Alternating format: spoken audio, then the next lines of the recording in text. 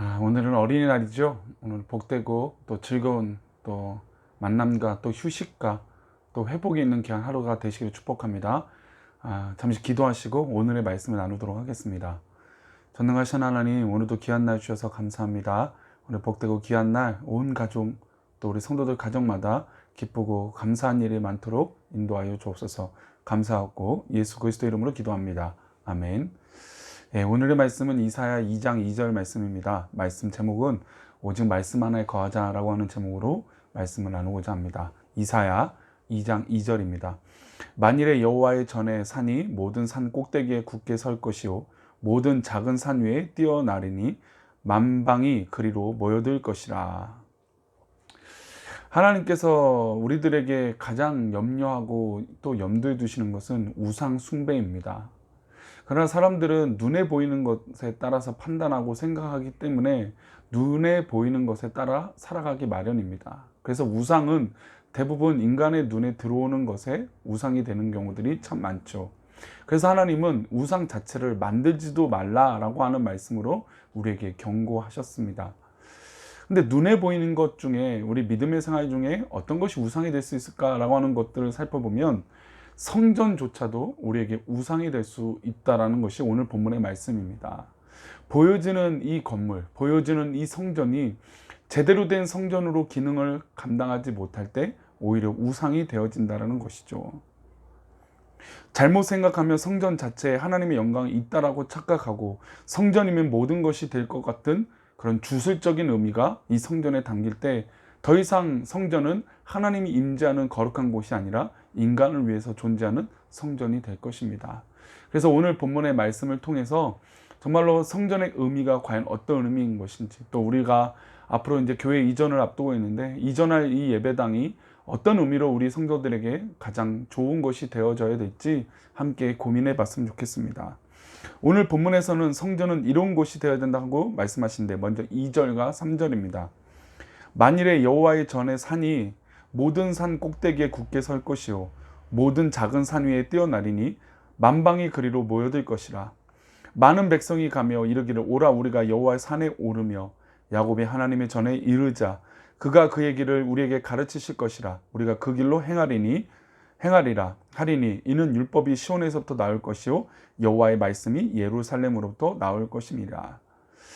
이 본문은 사실 우리 유명한 찬양 가운데도 찬양의 가사로 쓰였던 본문의 말씀입니다. 하나님께서 원하시는 성전은 말씀이 온전히 선포되는 곳이 바로 하나님 원하시는 성전입니다. 성전의 본래적 기능은 하나님께서 말씀하시는 곳. 근데 이것을 생각해 보면 당연한 이치 아닙니까? 성전은 당연히 하나님 말씀이 선포되는 것이고 하나님이 임재하는 곳이 바로 진정한 성전의 의미일 것입니다. 그런데 하나님께서 왜 이런 말씀을 할까요? 당연히 우리들이 또 믿음의 백성들이 진정한 성전의 의미를 바르게 사용하지 못하기 때문입니다. 하나님의 임재를 경험하지 못하고 하나님의 말씀을 듣지 못하는 성전의 의미로 우리들에게 와 닿을 때가 더 많다는 것입니다. 성전의 본래적 기능이 회복되면 우리 인생이 가지고 있는 모든 문제가 해결될 줄 믿습니다. 성전에서 하나님을 만나고 하나님 말씀을 들음으로 우리의 고민과 염려들이 다 해결되어진다는 것이죠. 이사야가 예언하고 있던 시대 유다 백성들에게 가장 심각한 문제는 어제도 말씀드렸지만 아수르였습니다. 제국을 형성하고 있던 아수르가 북이스라엘과 남유다를 호시탐탐 노리고 있었습니다. 이런 심각한 문제 가운데 있었지만 해결책이 당연히 없었죠. 그런데 하나님은 그런 문제에 대해서는 한마디도 언급도 하지 않으십니다. 오히려 우리들에게, 너희들에게 성전이 나와서 나의 말을 들으라고만 말씀하고 있는 것이죠. 성전의 본래적 기능, 즉 피조물로서 하나님 앞에 나와서 예배드리는 것만 잘 감당하면 우리의 문제들이 다 해결될 것이라는 것이죠.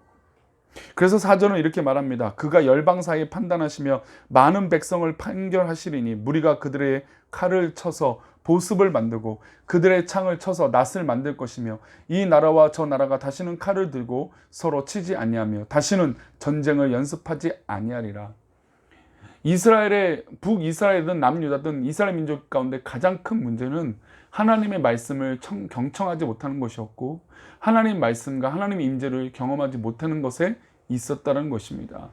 그래서 우상이 창궐하고 우상의 말미암아 이들이 음란과 죄악 가운데 빠져서 하나님 곁을 떠났기 때문입니다. 그래서 그들은 멸망한 것이고 그들은 하나님 앞에 심판을 받는 것입니다. 그래서 아수르에게 가장 큰 위협을 받고 있는 이 시점에 가장 중요한 문제 해결은 하나님 앞에 돌아오라는 것입니다. 하나님과 대화하고 하나님께 기도하자. 그러면 어떤 일이 있느냐? 칼을 만들고 창을 만들 것이 의미가 없다는 것입니다. 아까 좀 전에 읽었던 4절 말씀 보니까 칼을 쳐서 보습을 만들고 창을 쳐서 낫을 만든다고 했습니다. 그러니까 전쟁 무기를 만들었는데 하나님 앞에 바로 서면 이 전쟁 무기는 더 이상 전쟁 무기가 아니라 농사를 짓는 도구로 바뀌어지게 되는 게 하나님의 역사라는 것이죠. 우리 꿈꾸는 교회가 이전할 예배 처소를 위해서 기도하고 있는 것, 또 우리 환경과 여건들을 바라볼 때 우리가 가장 고민해야 될 것은 바로 진정한 하나님의 임재가 있는 교회가 되어져야 되는 것입니다.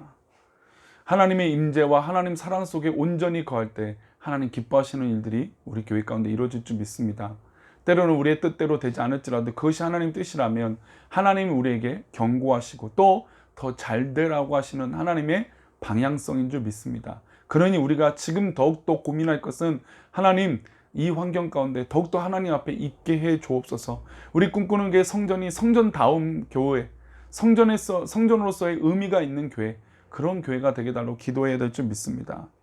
우리 인생에는 어떤 문제가 있습니까? 우리가 살아가는 인생에는 많은 문제에 극복해야 될 어려움들이 있습니다. 이것들을 해결하기 위해서 우리는 어떤 노력을 하고 있습니까? 그 어떤 것보다 우선해야 할 일은 주의 말씀을 듣는 것입니다. 사랑하는 성도님들, 혹시 어려움이 있으십니까? 내적 갈등이 있습니까? 고민이 있으십니까? 하나님 말씀을 듣기를 축복합니다. 거기서부터 하나님과 우리의 관계가 새롭게 형성되어지는 것입니다. 하나님과 영적인 관계가 바르게 잡히면 하나님이 일하기 시작합니다. 하나님께서 원하시는 시간에 우리의 문제를 하나님이 풀어주실 줄 믿습니다. 하나님께서는 하나님의 성전에 나와서 주의 말씀을 듣는 것을 여호와의 빛에 거는 것이라고 말씀합니다. 5절을 볼까요? 야곱 족속아 오라, 우리가 여호와의 빛을 행하자. 하나님의 전에 나와서 주의 말씀을 듣는 것은 하나님 빛 안에 거하는 것입니다. 하나님의 빛에 거하면 우리 영혼이 따뜻해지죠. 우리 영혼이 행복해집니다. 우리 영혼이 자유함을 얻게 됩니다. 따뜻한 봄볕에 요즘같이 참 좋은 날씨 가운데 앙상했던 나무가 푸른 초록색으로 활짝 펼쳐지는 것처럼 하나님을 만나고 하나님께 기도하고 온전하게 하나님을 신뢰하고 하나님께 나아가면 우리 가운데 이런 밝은 빛이, 올해 햇빛이 비치는 것처럼 우리의 삶에도 그런 밝은 빛이 비춰질 줄 믿습니다. 우리의 영혼에도 하나님의 빛이 거해지면 새로운 꽃이 활짝 펼쳐질 줄 믿습니다. 하나님의 빛이 우리 인생에게 비치면 어떻게 될까요? 죄가 드러납니다. 내 몸에 붙어있던 얼룩이 사람들에게 보이고 나에게도 보이게 될 것입니다. 얼마나 부담스러운 일입니까? 털어내야 하고 닦아내야 합니다. 때로는 더러운 옷을 벗고 새 옷으로 갈아입어야 합니다. 하나님께서 우리에게 주시는 빛 안에 우리 사랑하는 성도님들 거하시기를 축복합니다. 성전에 나와서 주의 말씀을 들으면 견딜 수 없이 고통스럽습니다. 말씀이 나를 파고들고 내 골수를 깨고 내 영혼을 쪼개고 내 생각을 무너뜨리고 그 무너뜨린 것이 속상한 것이 아니라 오히려 하나님 말씀으로 채워지는 기쁨, 빛이 채워지는 은혜, 그 은혜가 우리 꿈꾸는 교회와 우리 사랑하는 성도들 가운데 있어야 될 줄 믿습니다. 이것이 우리에게 살 길입니다. 이사야 2장 12절을 보면 이렇게 말합니다. 대저 만군의 여호와의 날이 모든 교만한 자와 거만한 자와 자고한 자에게 임하리니 그들이 낮아지리라.